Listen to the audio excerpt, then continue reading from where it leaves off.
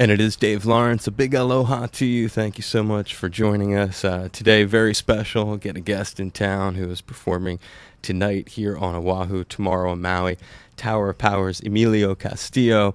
A big aloha to you, my friend. Aloha to you, Dave. It's good to be here. Nice to meet you in person. Yeah, it is. It was really fun to talk to you, and thank you for taking some time for Hawaii Public Radio the other day. We really appreciated that. Yeah, it's my pleasure. Well, it was a lot of fun. You had so many great stories. People have really been enjoying, especially one of your stories that ended up being quite a hit on the radio was you describing being there in the Bay Area at your house one morning. You're brushing your teeth, and you hear Don Ho and band on TV. And I was hoping you could just reflect on that a little bit for us. What that sort of feeling was like. Sort of paint the moment. Well, it's interesting. After we did that interview and I told you that story, I flew over here. I got here Monday and I've been hanging around. And I went for a walk the other day. I got lost and I wound up at the Hilton Hawaiian Village. And I saw all these photos there. They have these old photos of Elvis and, Tom Moffat when he was, like 14 or something, and I saw Don Ho and Dick Jensen and Henry Capono. And, I saw all these people that, I'd known for years. But seeing Don Ho reminded me of that time, when I was living in the Berkeley Hills. And it's when Don Ho was really mainstream, He had a national TV show. And it was kind of like Regis and Kathy Lee. It was a morning show. Like a variety news and information. It wasn't really news. It was morning like variety show. Very much like Regis and Kathy Lee. And he had the full regimen of, sort of Wonder Bread hula girls behind him, And so I'm up there brushing my teeth, and the TV was on downstairs, and I hear, you ought to be having fun. These Wonder Bread girls are singing, and, it sounds really... mainstream Americana, but it's clearly my song. And then I hear Don Ho chime in, he goes, making someone happy, it'll make you feel so glad. I was like, what? That's Don Ho.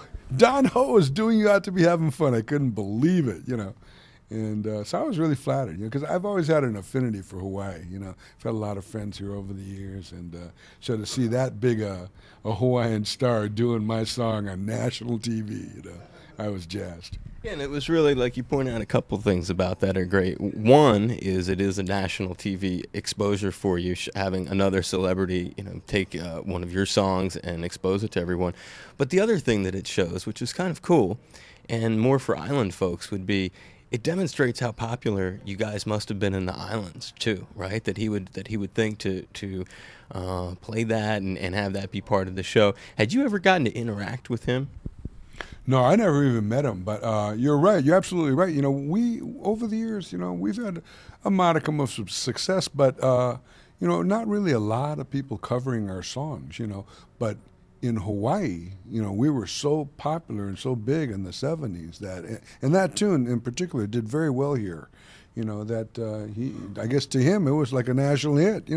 He just decided he was going to do it, but there wasn't nobody else doing it at the time. So I was really flattered.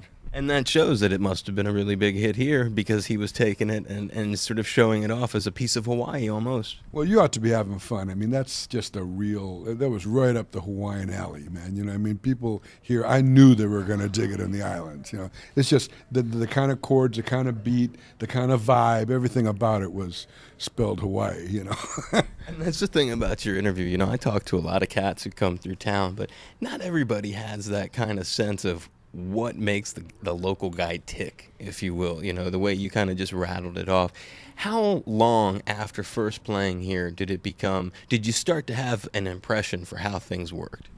Well, first of all, I noticed immediately that the people here were very soulful, kind of like on the West Coast. I think I was telling you in the other interview that, the Latino crowd it's very soulful. I mean, they dig soul music, they dig cruising, they're just into that vibe, and I noticed as soon as I got here that it was the same thing here, different nationality, but same sort of flavor, and so I immediately related. I knew I was going to get along here really well from the first time I came, and I made friends right away, and I've kept those friends for years and years, Tim Oralo lives here, Kata Maduli. I mean, even this morning I was having coffee with Henry Capono.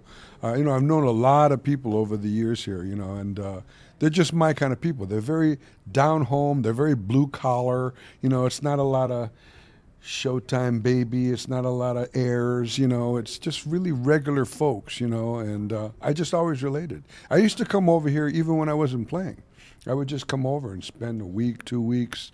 You know, my friends would put me up and we would just party, man. It was, you know, I mean, I was very comfortable here, you know. And always, you know, a big part of that is because the people here related to the kind of music I related to. I mean, they were my kind of people, you know. Just to be able to identify it, like, yeah, these are good songs people like to cruise with or throw a shout out. Yeah, I mean, that's kind of a vibe that, you know, it's not everywhere. I mean, you don't get that in Des Moines, Iowa. You know what I'm saying?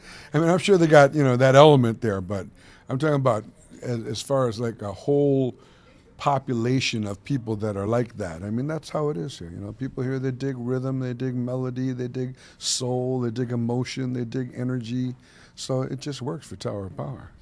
And they've had, you know, this kind of reaction to you over the years, which is really, there are a lot of bands who have come to the islands many times and played, but you guys really have. When you take a good look at the, you know, tabulature, if you will, you know, the listing of all of the times that you've been here. When you were first coming, was Bill Graham the guy who first was handling the shows? He did a few of our shows here. I think I was telling you we did the Shell, and because I have photos and I know that it was his show. So I know we did some shows here, but mostly Tom Moffett. You know, Tom Moffett, he's the big daddy here, always has been. We always looked at Tom as the Bill Graham of Hawaii, you know. And, you know, probably more than likely, they probably co-promoted it. You know, because I know Tom, he did stuff with Bill. You know. Yeah, oh yeah, that would have made sense entirely. And there are some great clips of Tom emceeing different bands, whether it's Beach Boys and 66. I love listening to him up on stage doing the MC work as, like you said, like a 14-year-old kid practically. But what are some memories, if you can, just try to go through your memory tray of actually the working or being around Bill here in Hawaii, if anything comes to mind? You know, I don't have a lot of memories of Bill in Hawaii, to tell you the truth. The only reason I know that we did some shows with him is because, like I said, I have those photos of us on stage at the Shell, and he's right there, you know. But I don't have a lot of Hawaiian memories with him. Most of my memories with Bill are from the Bay Area. I have a few from New York City. You know, I was in New York City one time. We were playing the Bottom Line, and I was walking down Fifth Avenue, and I was kind of looking down, you know, as I was walking. I wasn't looking straight ahead. And all of a sudden, I bumped straight into this person, you know. And I thought somehow I wasn't paying attention, but it was Bill, you know. And he goes, "What are you doing?" You know. And I go, "Oh, my God, Bill, what are you doing here?" He goes, "What am I doing here? What are you doing here?" He goes, "Where are you playing?" I go, "Bottom Line." He goes, "I'll be there." I go, "Great, man." I mean, I literally, my nose bumped into his chest, you know, without even knowing. Boom, there he was, you know. So, you know, I would run into Bill at different places like that, you know, Los Angeles with the Rolling Stones, you know. Bill Graham, you know, he did us a lot of favors. One of the big favors he did, he got us to play with the Rolling Stones. And the way he did it was really interesting because he wouldn't go to them and say, "The best horn section in the world is Tower of Power, and you got to have them." You know, he wouldn't do that. So what he did was he told me, "I'm going to fly you around to all their concerts, and you're just going to hang around. Every time they turn around, you're going to be there." He says, "And then they're going to figure it out, and they're going to ask you to sit in." You know, so if you know, we were in Denver, we were in San Diego, we were in Los Angeles, you know, and then we were in San Francisco. And he put me up in a room at the Fairmont Hotel, and I'm hanging out for all I'm worth, and nobody's asking me to sit in, you know.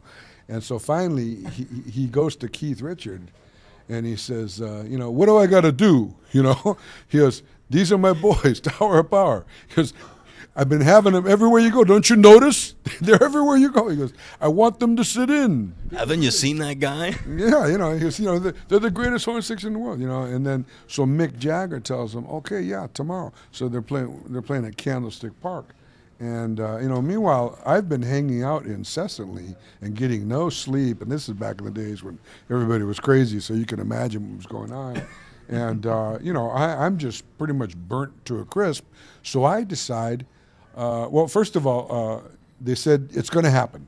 So we go to Candlestick Park, we get our horns all ready and everything. And that particular day, Keith Richard shows up late, and he's sick. He's like dope sick. And yeah. And he says, what's this?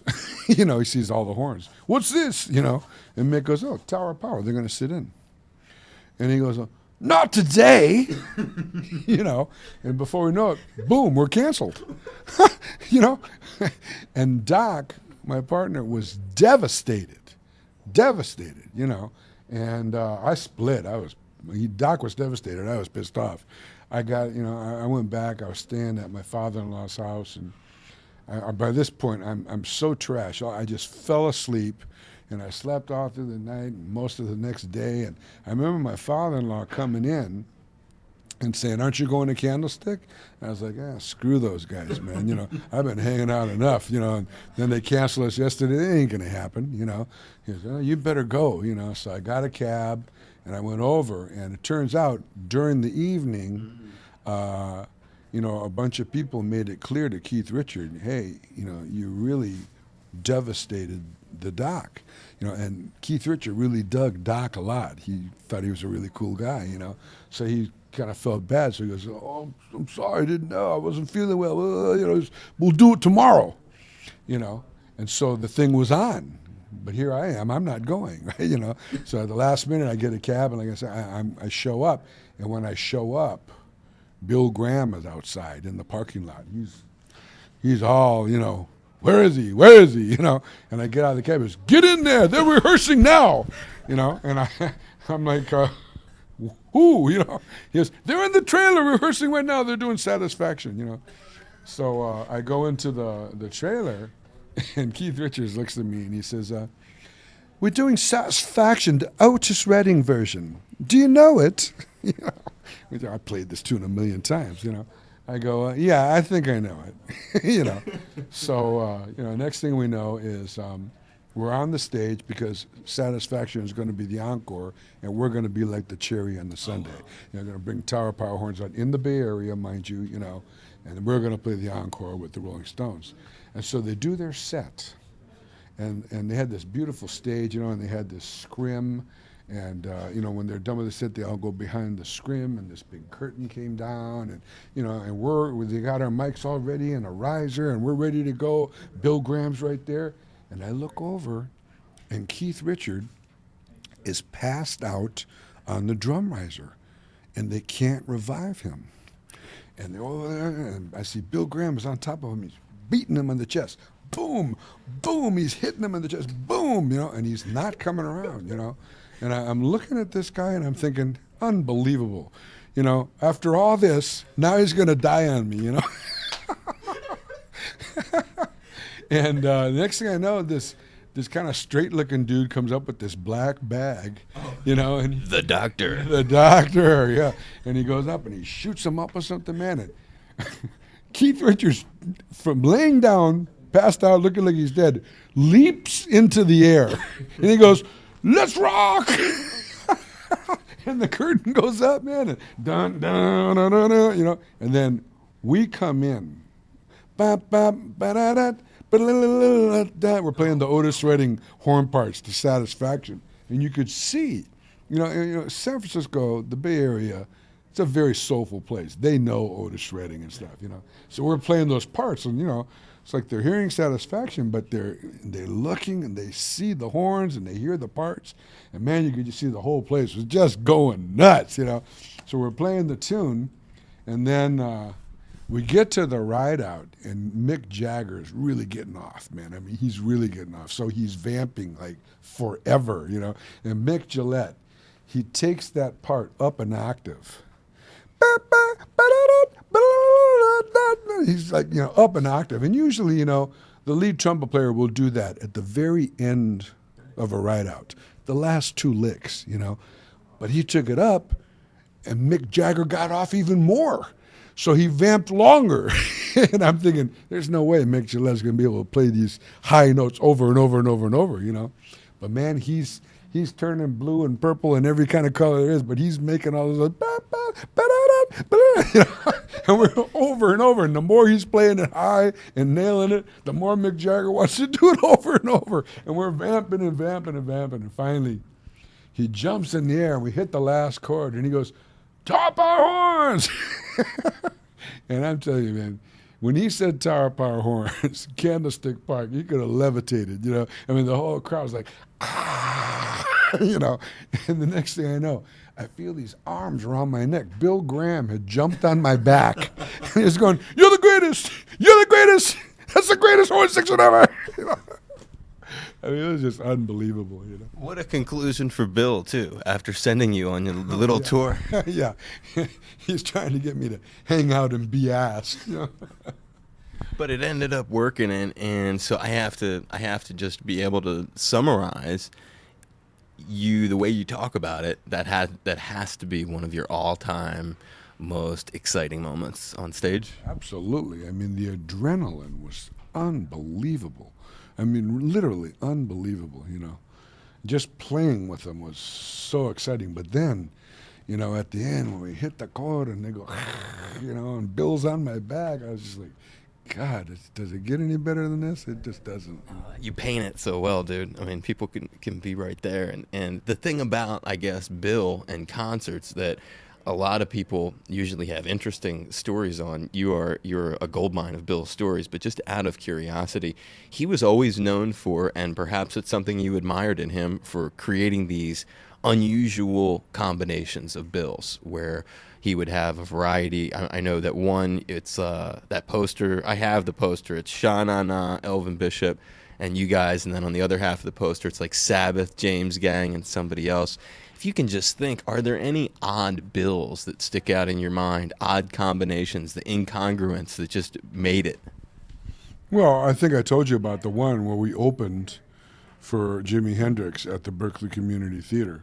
You know, I mean, we were nobody. This is when we first got signed to Bill Graham. We had never recorded. My brother was still the drummer, you know, and Jimi Hendrix made us play in front of the curtain with the lights on while the people were walking in, you know. And, I mean, we bombed like unbelievable, you know. And but I mean, that's a weird bill right there. I mean, you know, for Bill to step up and just go, "Yeah, I got this little band. I just signed them. They're going to open," you know. I mean, we were nobody. You know? And is that a tactic that the Hendrix people did to try to like make it so that you were as de-emphasized and as awkward for you to generate some heat? Yeah, you know, all these years later, I realized that, you know, I mean, he didn't know who we were. He just thought we were a bunch of, you know, wannabe nobodies, you know. Crazy dudes at horns. Yeah, you know, so he just said, you know, they can't set up anywhere near my stage, put them in front of the curtain, and have them play as soon as possible and as short as possible, you know. And so I remember because my manager went up to Bill, and he was reading him the riot act, man. Oh, he was laying into him, you know. And Bill's going, I'm sorry. It wasn't me. It was Jimmy.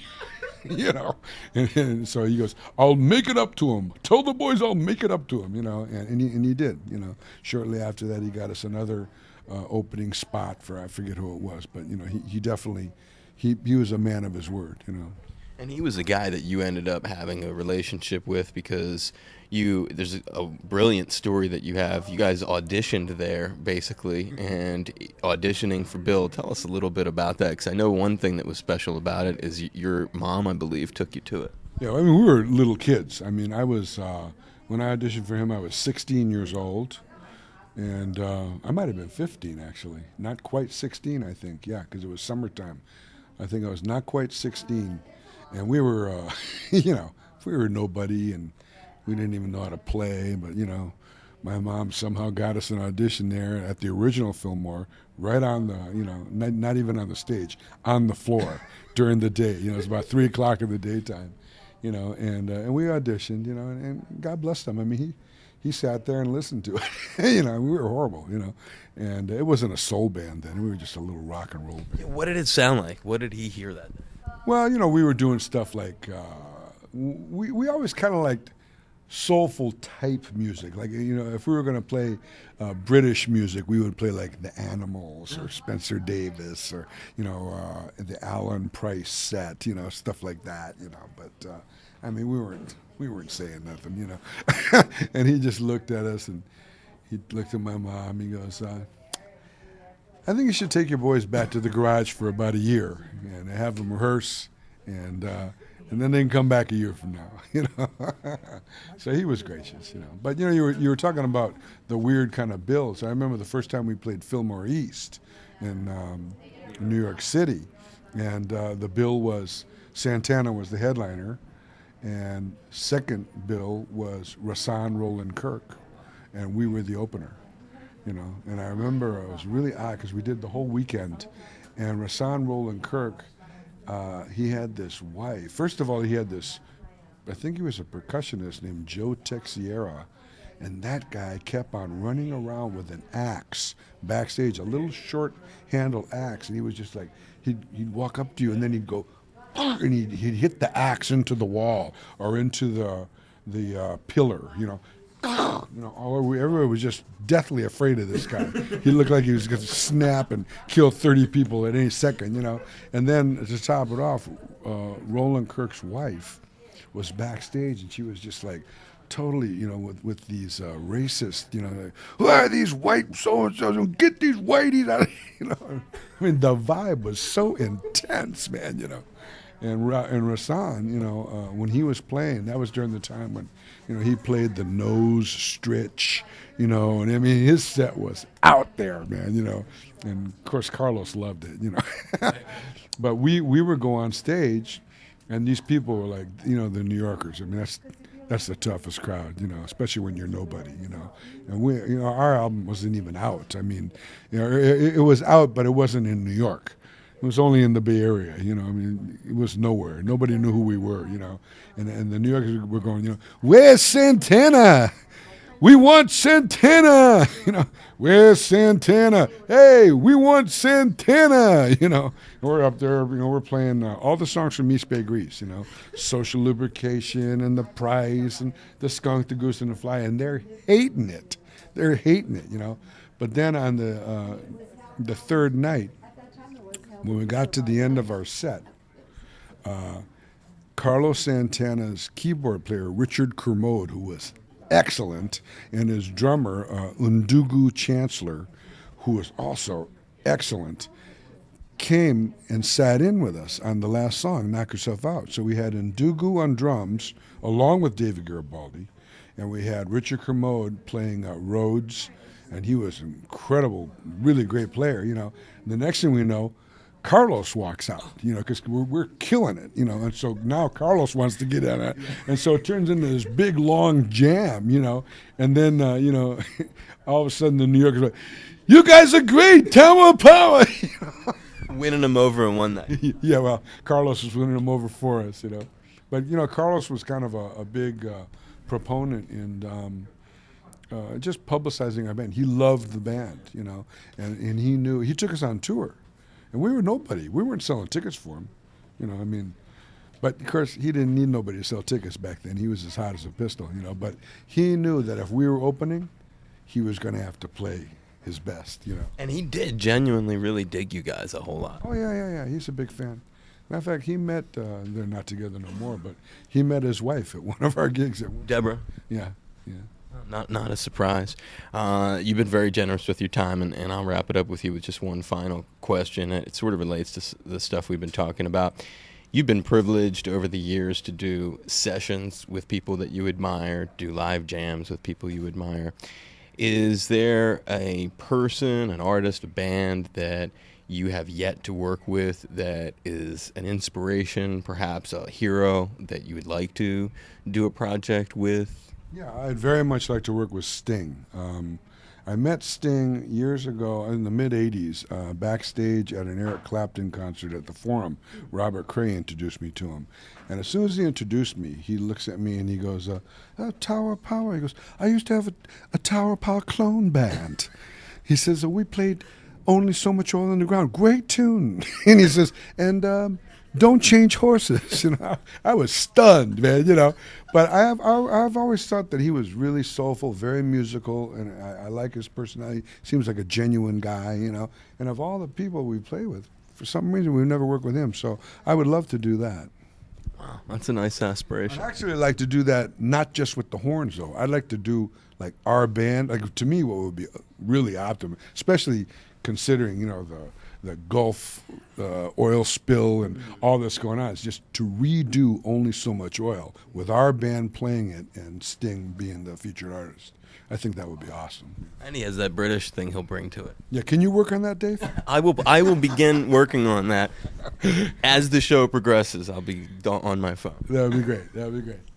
It has been a pleasure. I hope you enjoyed spending a little bit more time with me, Emilio, the great Emilio Castillo of Tower Power. Thank you so much, man. Thanks, Dave. God bless you, man.